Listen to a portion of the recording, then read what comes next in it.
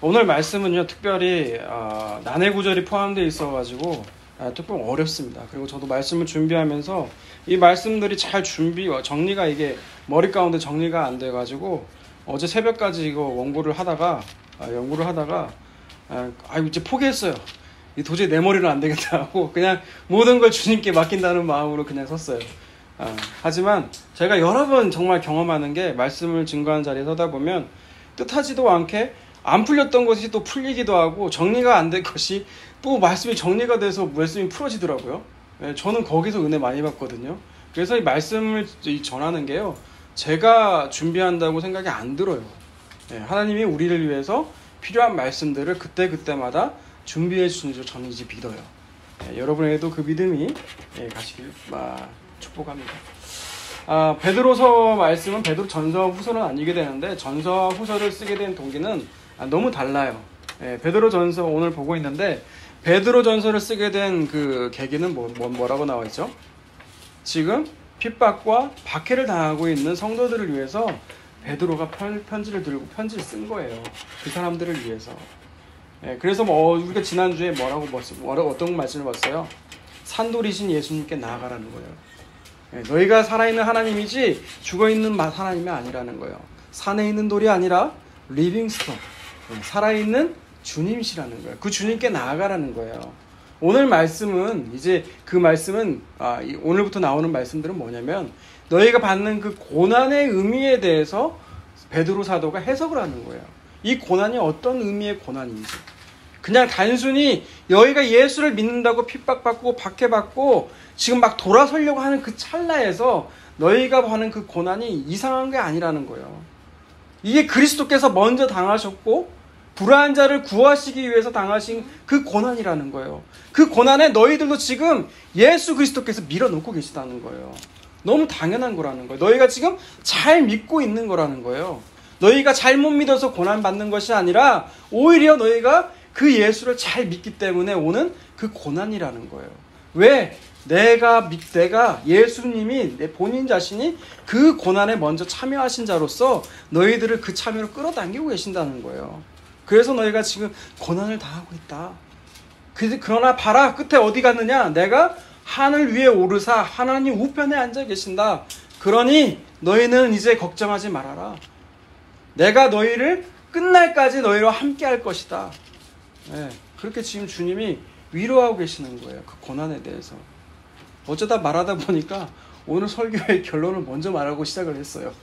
원래 이거 끝에 가야 해야 임팩트가 있고 팍팍 있는데 어쨌든 여러분 그 말씀을 기억하시고 말씀을 따라오시면 돼요. 알겠습니까? 네, 아시겠죠? 17절 말씀 오늘 읽겠습니다. 17절 읽습니다. 시작. 선을 행함으로 고난받는 것이 하나님의 뜻일진데 악을 행함으로 고난받는 것보다 나으니라. 네, 아멘. 이 말씀은 얼핏 보기엔 너무 쉬운 구절 같아요. 선을 행하는 고난은 하나님의 뜻이다. 이 고난이라는 걸 글자를 두고 선을 행함으로 오는 고난과 악을 행함으로 오는 고난이 있는데 당연히 선을 행한 고난이 훨씬 나은 고난이죠. 그죠? 그런데 이게 단순히 이게 17절 말씀을 이거 해석을 할 때 우리가 착한 일을 하다가 어려운 일 당해도 참고 견디면 하나님께서 그보다 놀라운 보상을 해주실 거야 라고 우리가 귀결이 결론이 글로 간다면 여러분 이건 잘못 보고 있는 거예요. 여러분 여기서 선을 위한 고난은 그냥 단순히 착한 일을 해서 오는 그 고난이 아니에요. 이 17절의 말씀은 18절과 연결이 되거든요.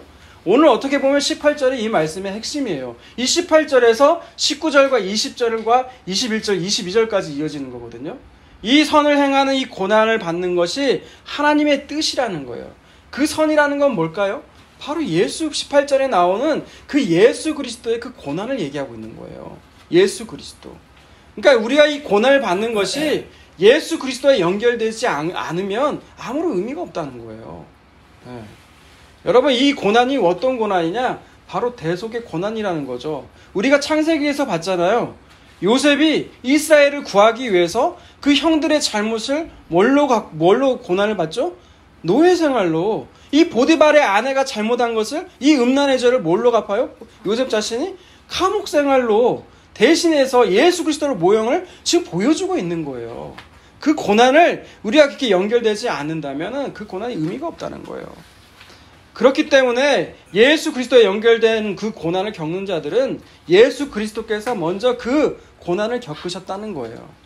그래서 18절이 나오는 거예요. 18절 한번 읽어볼까요? 18절 읽습니다. 시작. 그리스도께서 단번에 죄를 위하여 죽으사 불의한 자를 대신하셨으니 이는 우리를 하나님 앞으로 인도하려 하심이라.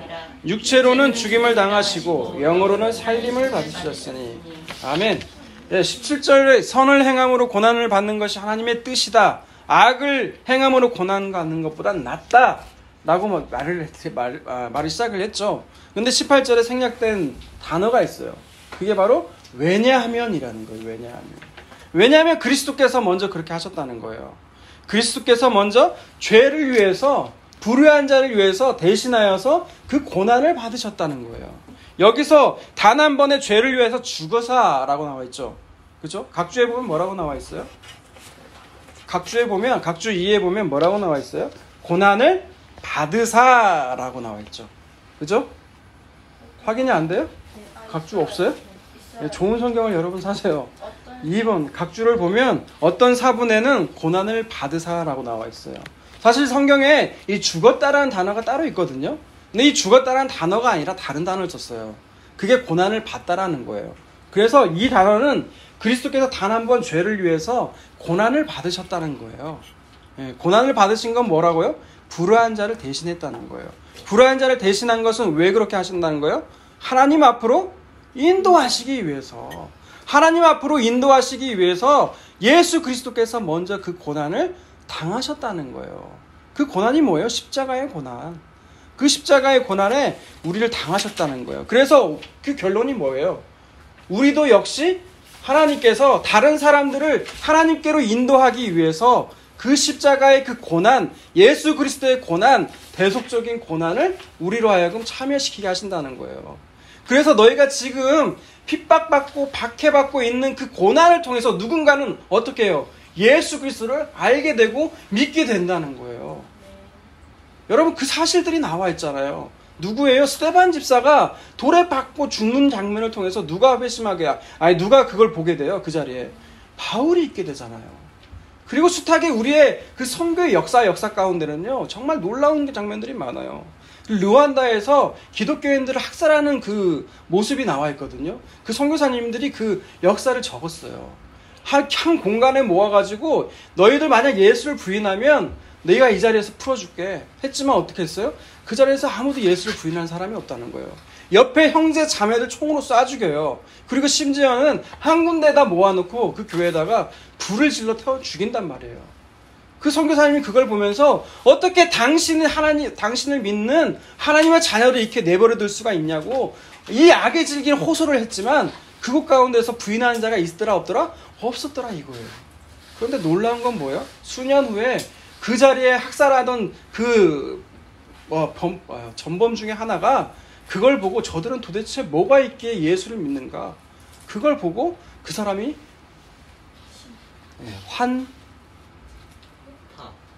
환타가 아니지. 갑자기 환심이 아니고 회심, 마음을 돌이켰다 이 말이에요. 예, 우리가 닥치는 고난과 핍박을 통해서 누군가는 예수 그리스도를 보게 된다는 거예요. 저 사람은 저런 상황에서도 어떻게 저렇게 기뻐할 수가 있고 괜찮을 수가 있지? 그런 상황을 통해서 누군가는 예수를 만나게 된다는 거예요. 여러분 그 예수 그리스도의 고난이 바로 그 고난이라는 거예요. 우리 빌립보서 말씀 한번 더 볼게요. 이 말씀을 바울 사도는 어떻게 얘기하고 있냐면 이건 베드로 사도의 얘기잖아요. 이 바울 사도 오늘 비교를 할 거예요. 바울 사도는 어떻게 얘기했냐? 3장 7절부터 말씀 볼게요. 베드로 사도 3장 7절. 그러나 무엇이든지 내게 유익하던 것을 내가 그리스도를 위하여 다 해로 여길 뿐더러 또한 모든 것을 해로 여김은 내 주 그리스도를 예수하는 지식이 가장 고상하기 때문이라. 내가 그를 위하여 모든 것을 잃어버리고 배설리고 여김은 그리스도를 얻고 그 안에서 발견되려 함이니 내가 가진 은은 율법에서 난 것이 아니요 오직 그리스도를 믿음으로 말미암아 남은 것이니 곧 믿음으로 하나님께로부터 난 의라. 아멘. 우선 여기까지 말씀을 볼게요. 베드로 사도는 바울 사도는 뭐라고 말해요? 내가 그동안 정말 좋았다고 생각했던 그 모든 것이 다 이제는 해다. 이게 내게 안 좋은 것이다라고 여겼대요. 그 모든 것들이. 왜 그래요? 후반에 보니까 내 주 그리스도 예수를 아는 지식이 가장 고상하기 때문에. 가장 가치 있는 것이 무엇인지를 알게 되면 그 뒤따른 나머지 것들은 시시해져 버린다는 거예요. 그러면서 뭐야? 심지어 내가 그를 위해서 내가 그동안 유익했다고 내가 좋은 거라 생각했던 걸 모두 잃어버리고 그거를 배설물이 뭐예요? 똥. 여러분 돈 앞에 10억이나 100억 나오는데 그게 똥으로 여겨지세요? 복으로 여겨지세요. 바울 사도는 그게 똥이라는 거예요. 똥. 하버드 가고 많은 브랜드 가치 있는 재벌이 되고 명예 판사가 되고 이런 명예를 가져도 그게 내게는 아무런 유익이 없고 오히려 해고 그걸 똥으로 여겼다는 거예요. 왜? 가장 고상한 거 예수 그리스도를 알기 때문에. 그리고 그 안에서 누구를 얻어요? 예수 그리스도를 얻기 때문에. 그 안에서 내가 발견되려고 이 모든 것들을 내가 하찮게 여긴다는 거예요. 근데 이것이 내가 한 게 아니라는 거예요. 중요한 건. 이것은 누가 한 거예요? 하나님께서 내게 주신 그 믿음. 그것이 바로 의라는 거예요. 의. 그래서 된 거라는 거예요. 그렇기 때문에 내가 10절에서 12절 말씀인데요. 10절 11절이 좀 읽어보다 보니까 여러분이 좀 이해가 어려울 것 같다는 생각이 들었어요. 그래서 10절과 11절을 제가 세번역 성경으로 읽어드릴 테니까 여러분 잘 들어보세요. 내가 바라는 것은 그리스도를 알고 그분의 부활의 능력을 깨닫고 그분의 고난에 동참하여 그분의 죽으심을 본받는 것입니다. 그리하여 나는 어떻게 해서든지 죽은 사람들 가운데서 살아 나는 부활에 이르고 싶습니다. 아멘. 이게 사도 바울의 최고의 목표가 됐다는 거예요. 그 믿음, 하나님이 그 믿음을 주시니까 가장 고상한 예수 그리스도를 아니까 그 고난에 동참하는 것이 내게 그렇게 어려운 일이 아니라는 거예요. 어떻게 왜? 그 고난이 부활의 생명으로 연결되어 있다는 것을 바울 사도가 알았다는 거예요. 그래서 자기에게 닥친 그 고난의 모습이 어때요? 40일 동안 줄이고 맹 맞고 3일 동안 일주일 동안 바다에 둥둥 떠 있고 이런 고난을 당해도 바울 사도는 그 부활의 소망, 생명에 관해서 소망을 품었다는 거예요. 베드로 사도나 바울 사도 역시 그 고난이 예수 그리스도의 부활과 연결된 그 고난에 참여함으로 이르게 되는 것이 마땅하다는 것을 알게 되었다는 것이 불사도의 모두의 결론이었다는 거예요. 그래서 12절에 보면 이것이 근데 의도가 뭐예요? 이렇게 되는 것이 내가 이미 얻었다 함도 아니요 온전히 이루었다 함도 아니라 오직 내가 그리스도 예수께 잡힌 바 된 그것을 잡으려고 달려가노라. 내가 이미 그렇게 잡혀갔다는 거예요. 내가 의지로 갔다는 것이 아니라 그리스도께서 그렇게 나를 잡아주셔서 내가 그 고난으로 가고 있다는 얘기예요. 여러분, 이 양 구절을 통해서 결론이 뭐예요? 성도의 당하는 이 고난은 내가 무언가 의롭고 선한 일을 했는 데서 오는 그런 개인적 고난의 차원이 아니라는 거예요. 그리스도의 영광을 위한 고난, 그 그리스도께서 받은 그 고난, 부활과 생명, 그걸 알게 하시기 위해서 성도들에게, 우리에게 고난을 허락을 하신다는 거예요. 그 결과 우리가 어떻게 돼요? 베드로전서 오늘 본문 말씀 넘어가서 4장 한번 보세요. 4장 1절과 2절 말씀을 한번 읽어볼까요? 그리스도께서 이미 육체의 고난을 받으셨으니 너희도 같은 마음으로 갑옷을 삼으라. 이는 육체의 고난을 받은 자는 죄를 그쳤음이니 그 후로는 다시 사람의 정욕을 따르지 않고 하나님의 뜻을 따라 육체의 남은 때를 살게 하려 합니다. 아멘. 네. 그리스도께서 이미 육체의 고난을 받으셨으니 너희도 같은 마음으로 갑옷을 입으래요. 그 갑옷이 뭐예요? 고난의 갑옷. 이 고난의 예수 그리스도의 그 대속에 그 고난의 갑옷을 받은 자는 뭐 어떻게 돼요? 죄가 그쳐진다는 거예요. 아멘. 전 여러분에게 고난의 갑옷이 주어져서 죄가 그쳐지길 바랍니다. 함부로 아멘 하면 큰일 나요. 네. 네. 그리고 어떻게 돼요? 그 후로는 다시 사람의 정욕을 따라 살지 않고 하나님의 뜻을 따라 살게 하려고 하나님 우리에게 이 고난의 갑옷을 주신다는 거예요. 여러분, 이 말씀을 읽으면서 저는 속으로 아멘 했어요. 더 이상 죄를 짓지 않고 내가 정욕에 따라 살지 않고 하나님의 뜻에 따라 살면 너무 좋겠다. 여러분, 이 마음을 누가 주는 걸까요? 내가 하는 걸까요? 이 기특한 생각을 하나님께서 주시는 거예요. 하나님께서. 여러분, 이 말씀 구절을 읽을 때 여러분도 아멘하여서 그 고난의 갑옷이 주어짐으로 말미암아 죄가 그쳐지고 정욕에 따라 살지 않고 하나님의 뜻에 따라 살아가는 여러분이 다 되시길 주님의 이름으로 축복합니다. 아멘. 이제 문제의 난해 구절인 19절과 20절에 돌아가게 돼요. 오늘 말씀은 이 두 구절 때문에 사실 말씀을 많이 준비한 거거든요. 먼저 이 19절과 20절을 이해하려면 우리가 쭉 어떻게 논리가 어떻게 진행되어야 하는 걸 봐야 돼요. 성도들에게 대한 그 선을 위한 고난은 예수 그리스도의 그 고난이라는 거예요. 그렇죠? 이 예수 그리스도의 그 대속적인 고난을 우리에게도 먼저 하게 하신 것은 뭐라고요? 하나님 앞으로 그 믿지 않는 사람들을 인도하려고 하나님께서 그 고난을 주신 거라는 거예요. 그 고난을 주신 결과 우리가 죄가 그쳐지고 하나님의 뜻에 따라 살게 된다는 거예요.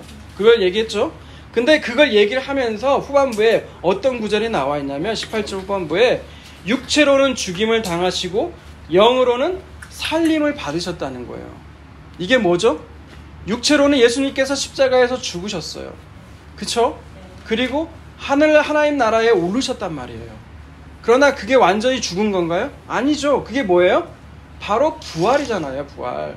새 몸을 입고 나오신 그 예수 그리스도, 제자들 앞에서 엠마오로 가는 두 제자 앞에서 나오신 그 예수 그리스도, 그 부활하신 예수 그리스도를 얘기를 하고 있는 거예요. 지금 무슨 뜻인지 알겠어요? 잘 이해하세요. 그래야 지금 19절과 20절이 이해가 돼요. 여기서 그가 또한 영으로 가서 옥에 있는 영들에게 선포하신대요. 여기서 그가 누구예요? 그 영으로 살림 받으신 예수 그리스도, 그 부활하신 예수 그리스도께서 뭐 한다고요? 영으로 가서 옥에 있는 영에게 선포하신대요. 근데 여기서 중요한 게 빠졌죠? 목적어, 무엇을 선포할까요? 그게 18절 후반부예요. 그 예수 그리스도의 그 십자가와 부활을 그 옥에 갇힌 영들에게 전한다는 거예요. 선포한다는 거예요. 그럼 옥에 갇힌 영들은 뭔데요? 옥에 갇힌 영들은 바로 20절에 그 예가 나온 거예요. 그래서 옥에 갇힌 영들이 누구냐? 20절에 뭐라고 나와 있어요? 20절 읽어볼까요? 시작. 그들은 전에 노아의 날 방주를 준비할 동안 하나님을 오래 참고 기다리실 때에 복종하지 아니하던 자들이라. 방주에서 불로 말미암아 구원을 얻은 자가 몇 명이니 너희 8명이라. 네, 뭐라고 나와 있어요? 그 옥에 갇힌 영들이라는 것은 노아가 방주를 준비하고 있는 동안에 하나님이 또 그동안 오래 참고 기다리실 때에 복종하지 아니하던 자들이다. 그 자들이 바로 옥에 갇힌 영들이라는 거예요. 이들이 어떤 자들이에요? 하나님 말씀에 불순종하고 하나님 말씀을 믿지 못하는 대표적인 예로 지금 노아의 방주 사건을 지금 베드로가 얘기하고 있는 거예요. 이 영들에게 뭐가 선포됐다는 거예요? 예수 그리스도의 십자가와 부활이 이미 그들에게도 증거가 됐다는 얘기예요. 여러분, 노아가 살던 시대는 지금 시대와는 수명의 차원이 다르죠. 1000년 가까이 살았어요. 그런데 노아가 하나님께서 홍수로 이 세상을 쓸어버리겠다고 하던 때가 노아가 600세 되던 때였어요. 그리고 실제 홍수가 언제 터져요? 노아가 720살 되던 때. 그러니까 120년 동안 뭐를 만든 거예요? 배를 만든 거예요. 배를. 근데 이 배를 만들면서 사람들이 궁금했을까요? 안 궁금했을까요? 분명히 궁금했죠. 왜? 다른 사람은 먹고 사는 일에 집중하고 결혼하고 장가가는 일에 막 정신 팔려 있는데 노아는 맨날 배를 짓고 있어. 근데 왜 그러냐 물어봤겠죠. 그럼 뭐라고 대답할까요? 노아가 안 알려줬을까요? 안 알려주지 이랬을까요? 아니에요. 그럼 뭐라고 했을까요? 야, 하나님이 분명히 이 세상에 죄로 관영해서 홍수로 이 세상을 쓰른다고 했어. 나 그래서 지금 배 만들고 있어. 아마 그 말에 혹했던 사람들이 있었을 거예요. 정말? 근데 1년이 지나고 2년이 지나고 10년이 지나도 하늘에선 비 올 소식이 없어요. 이러니까 세상 사람들이 어때요? 저런 미친 새끼. 미친 새끼라고 욕해서 죄송합니다. 저런 미친놈. 저런 정신병자 같은 놈이 어딨어. 무슨 비가 온다고 그래. 예, 이게 바로 영에 갇힌 모습들, 그 옥에 갇힌 모습들, 우리의 모습이라는 거예요. 오늘날도 똑같지 않습니까? 오늘날은 수명이 줄어들었지만, 야, 예수가 어딨어? 그 예수 있으면 데리고 와봐. 그럼 내가 믿어줄게. 이런 사람들, 이게 사람들이 뭐예요? 옥에 갇힌 영들. 이게 바로 옥에 갇힌 영들의 모습이라는 거예요. 그들에게 뭐가 전해졌다는 거예요? 이미 예수 그리스도의 십자가와 부활의 말씀들이 전해졌다는 거예요. 그럼에도 불구하고 이들은 말씀을 듣지 않았더라. 예, 듣지 않더라. 그래서 겨우 구원받은 자가 몇 명이더라? 8명이더라. 여러분, 하나님이 인내하지 않으셨어요? 너무 오래 참고 기다리셨어요. 몇 년을? 120년을 기다리셨어요. 120년을. 그러나 그 말씀을 듣고 회개하고 노아의 방주에 타던 이가 있었어요? 없었어요. 노아의 가족만이 그 방주에 탔다는 얘기예요. 여러분, 오늘날도 마찬가지예요. 저는 구원받은 숫자가 제가 하나님이 아니기 때문에 모르지만 그 숫자가 교회에 나온 전원은 다 아닐 거라고 생각이 들어요. 그만큼 말씀을 듣고도 자기 취향대로 듣고 자기가 좋아하는 말씀만 걸러 듣는다는 거예요. 사람들은.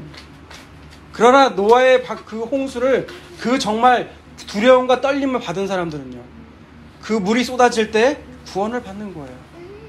그래서 21절이 이렇게 나오는 거예요. 21절 말씀 읽어볼까요? 시작. 물은 예수 그리스도께서 부활하심으로 말미암아 이제 너희를 구원하는 편이 곧 침례라.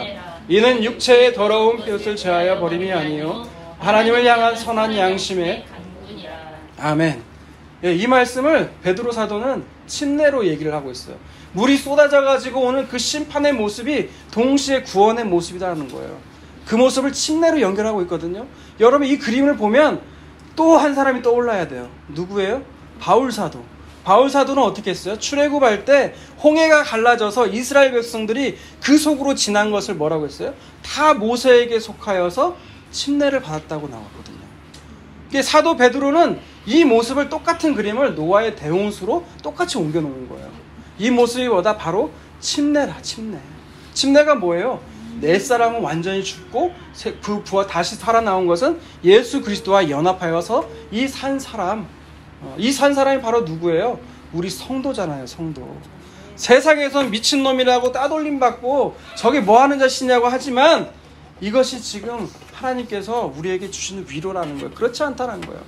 내가 한 말씀 한 올도 떨어지지 않고 그대로 이루어지지 않는다는 거예요. 그러니 너희가 지금 당하고 있는 고난 어렵더라도 지금 참고 견디라는 거예요.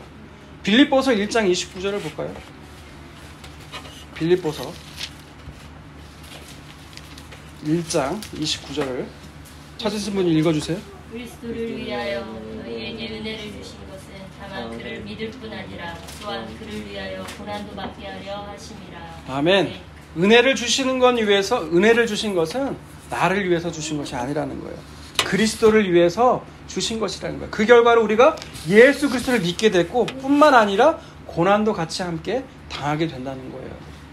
그래서 노아가 이런저런 미친놈, 지금 날씨도 이렇게 맑은데 너 지금 네 아들 장가 보내고 직업 구하는 것이 가장 시급한 것이지 지금 그 배 만드는 게 중요한 거야? 여러분, 노아가 그 배 120년 동안 배 만들기 위해서 얼마나 다른 사람처럼 그 직업 갖는 일이나 돈 버는 일에 열중했겠어요? 온전히 그 배 만드는 일에 최소한 것만 하고 그 배 만드는 일에 집중을 했지. 여러분, 이것이 바로 그리스도를 위한 고난이라는 거예요. 노아가 배를 만들었다는 것이. 그래서 21절에 22절에 그렇게 나오는 거예요. 네. 그래서 22절을 보면 오늘 본문 다시 돌아가서 21절과 22절 다시 한번 읽어볼까요? 오늘 본문 21절과 22절 읽습니다. 시작. 물은 예수 그리스도께서 부활하심으로 말미암아 이제 너희를 구원하는 편이 곧 침례라. 이는 육체의 더러운 것을 제하여 버림이 아니요 하나님을 향한 선한 양심의 강군이라. 그는 하늘에 오르사 하나님 우편에 계시니 천사들과 권세들과 능력들이 그에게 복종하느니라. 아멘. 네, 노아 때 그 홍수는 어때요? 믿지 않는 자, 그걸 심판함과 동시에 믿고 동시에 방주에 탄 자들을 구원하는 표가 됐다는 거예요. 당초에 이 노아의 때 그 홍수는 심판과 구원이 일어나듯이 예수 그리스도의 십자가와 부활이 바로 이제 지금 그렇다는 거예요. 네. 그래서 부활하신 예수 그리스도께서 성령을 보내셔가지고 성령이 임하신 것을 우리가 뭐라고 부르냐? 성령 세례라고 부르잖아요. 뭐 특이한 일이 일어나는 게 아니에요. 성령 세례는 성령을 받은 자들이 임한 것을 바로 성령 세례라고 하는 거예요. 그게 예수 그리스도의 연합이죠. 이런 세례를 받은 자들은 율법에서 더러운 몸을 씻는 그런 것이 아니라는 거예요. 이런 자들은 어떻게 돼요? 이제 양심이 하나님을 향해 나간다는 거예요. 선한 양심. 그리고 이 일을 위해서 하나님께서 예수께서 하늘에 오르셔서 22절에 뭐라고 나와 있어요? 하나님 우편에 앉아 계시다는 거예요. 천사들과 권세들과 모든 능력들이 예수께 복종하고 있다는 거예요. 그러니 너희는 그 고난 두려워하지 말라는 거예요. 너에게 오는 그 고난 다 이미 예수께서 이기고 승리하셨고 하늘의 권세와 능력과 모든 것들이 주님께 복종하고 있다는 거예요. 그러니 너희는 지금 지옥에 있는 영들도 그걸 알게 됐다는 거예요. 지금 지옥에 있는 영들도 부활하신 예수 그리스도를 알게 됐다는 거예요. 그런데 하물며 살아있는 너희는 지금 받지 않았느냐? 그런 힘내서 이 모든 것에서 이겨내라. 하나님이 너와 함께 하신다. 지금 그 얘기를 하고 있는 거라고요. 그런데 그 19절 말씀을 카톨릭에서는 어떻게 말을 하죠? 지옥에 있는 영들도 복음을 전해 받았기 때문에 이들도 회심하면 하나님께서 지옥에서 천국으로 끌어올리실 수 있다 라고 하는 얘기를 해요. 그게 연옥소리거든요. 근데 여러분 진짜 그래요? 거지 나사로 얘기 아시죠? 부자와 거지 나사로 얘기. 누가복음 16장 보면 26절에 보면 그 얘기가 있어요. 그곳에서는 이쪽으로 건너올 수도 없고 이쪽에서는 글로 건너갈 수도 없어요. 히브리서에서는요. 사람에게 죽은 것은 한번 정한 이치이나 그 후에는 심판이 있다고요. 여러분 죽음 끝나면 아무것도 없어요. 심판만이 기다리고 있어요. 그러니 이 메시지가 여러분 들릴 때 그 지옥의 영들도 다 들었다고 하는 그 부활하신 예수 그리스도 그 고난을 들었을 때 여러분 다 듣고 회심하시길 바랍니다. 그리고 그 지금 고난을 당하고 있는 우리 모든 성도님들 역시 그 고난을 다 이기시고 다 승리하시고 그 고난이 하나님 앞으로 다른 사람들 데리고 오기 위한 고난인 것을 기억하시고 그 고난을 또 승리로 이끄시는 그 주님을 믿으면서 사시는 여러분이 다 되시기를 주님의 이름으로 축복합니다. 아멘.